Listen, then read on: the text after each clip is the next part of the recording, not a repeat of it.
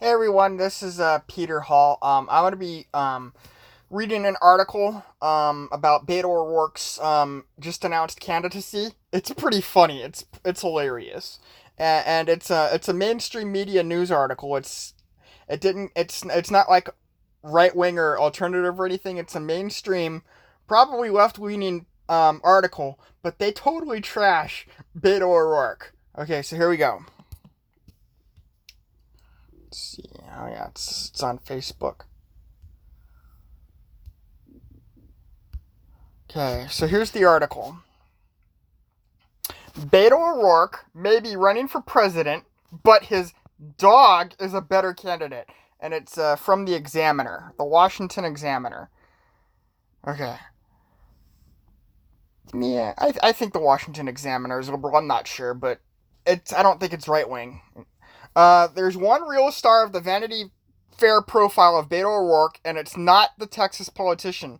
The failed Senate candidate announced he's running for president Thursday morning, and just in time, the magazine profiled him in a glowing cover story. Luckily, the piece does acknowledge his drunk driving arrest, which other media outlets have conveniently overlooked in the past, but that doesn't make it level-headed. Near the end of the piece, the author writes, O'Rourke can appear almost too innocent to be a politician, too decent, too wholesome. The very reason he became popular also might be the same reason he could be crucified on the national stage.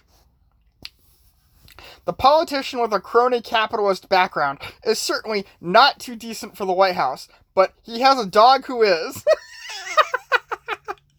The real star of the story is O'Rourke's dog, Artemis, who doesn't even get a mention in the 8,000 word profile, but who had plenty of photos taken by Annie Leibovitz.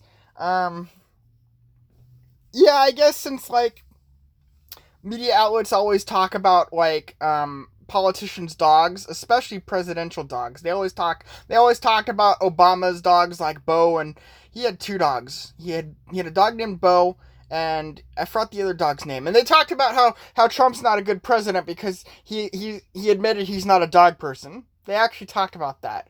But anyway, getting the legendary portrait photographer to capture O'Rourke may have been a little bit much, but Leibovitz's talents were necessary to capture this pooch. She, since the dog is named after the goddess of the hunt, I'm guessing it's a she, you just assumed the dog's gender. Shame on you! Shame on you!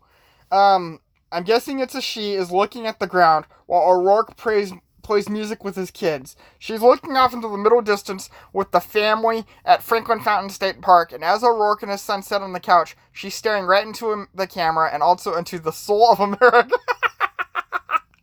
O'Rourke said his next election is the fight of our lives, and he's born to be in it.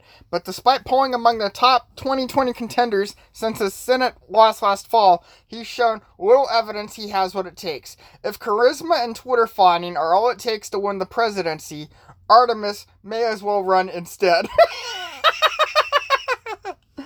Well, that's basically how AOC and Ilhan Omar and Rashida Tlaib got into Congress. Charisma and Twitter fawning. I made a meme about this. Basically, I just screenshot the entire article, and then I added a picture of Calvin and Hobbes rolling around laughing underneath it. So, I'm on iFunny, non-PC Pete. So check me out.